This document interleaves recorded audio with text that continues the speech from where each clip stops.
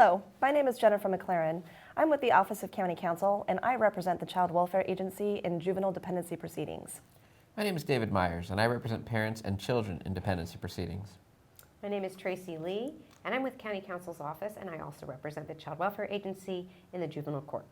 Chances are, if you're watching this video, you're about to head into a contested proceeding. You went to social worker school to help families, not to testify, right?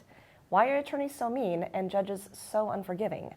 This video will talk about why cases get set for trial, what happens in and out of the courtroom, and how you can effectively navigate it all to get the two things you want the most: the court to adopt your recommendations and for you to survive the process.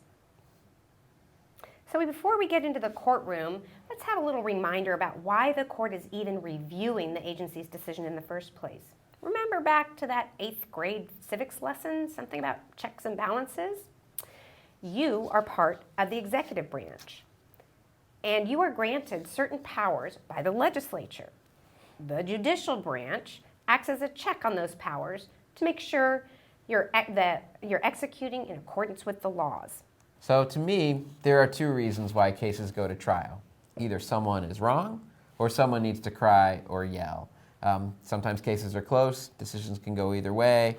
Sometimes folks are wrong. Sometimes folks just need to have their say. So let's look at those a little bit deeper. Tracy, how can someone be wrong? Well, the court is the ultimate weigher of evidence, the trier of facts, the decider. So the court may weigh evidence in a different way. You can present the same set of facts to 3 different social workers, and they may be viewed quite differently. Certainly 3 different attorneys are going to view it differently. One positive test, one arrest for domestic violence may be interpreted very differently depending on who's looking at that. Facts may bear out differently. A therapist is called and testifies quite differently than the documented report that they provided and is attached to your report and put into evidence. Again, these families are dynamic, as all of our families are, and things change. Additional facts may come forward and be out there and come into trial. And your report is not the end-all be-all. As attorneys for children and parents, we will go out and we will get additional evidence. We will talk to these providers ourselves. We will talk to other folks. We can present these things.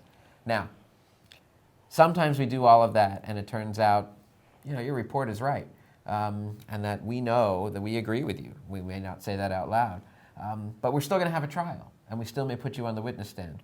In a case like that, that's because the parent either has nothing to lose or sometimes the parent just insists, and that's what we have to do. So if you want to win your contested hearing, the most important thing is preparation, and I cannot say that enough. There's an old phrase for attorneys that you're never supposed to ask a question that you don't already know the answer to. And the same thing really applies to you. You really need to know all sides of your hearing, and you need to know what everyone is likely going to say.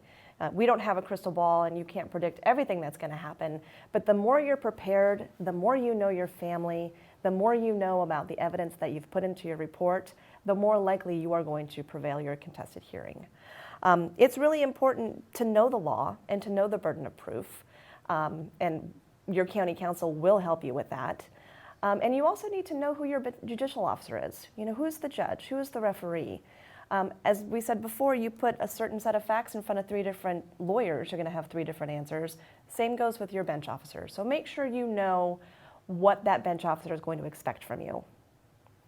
So your report is really your direct evidence. That's already in evidence. It's before the court. Everybody's had a chance to read it, dissect it, look into it.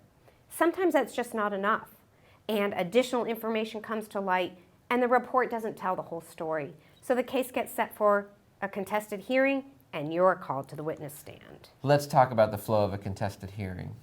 All right, so if you are called as a witness, you're either going to have questions that are direct questions from your county counsel, or you're going to be under cross-examination.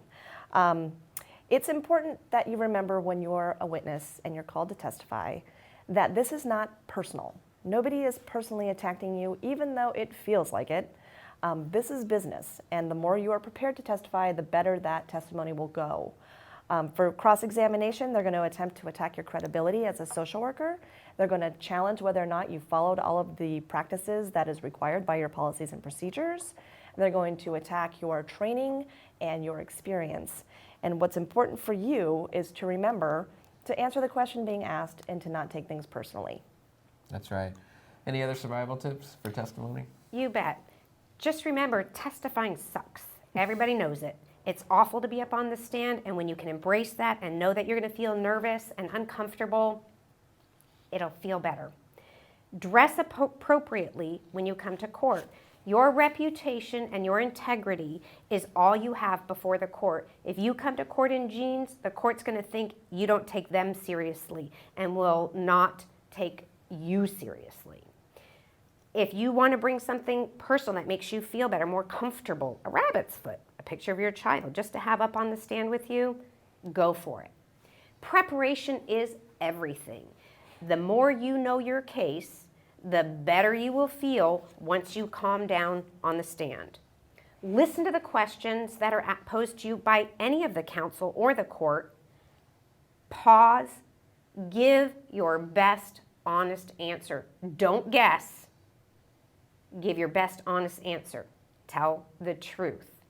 Embrace your role as an educator. You know your case, and you have made the recommendations in this case. Understand why you made those recommendations and be able to communicate that to the folks that are before the court.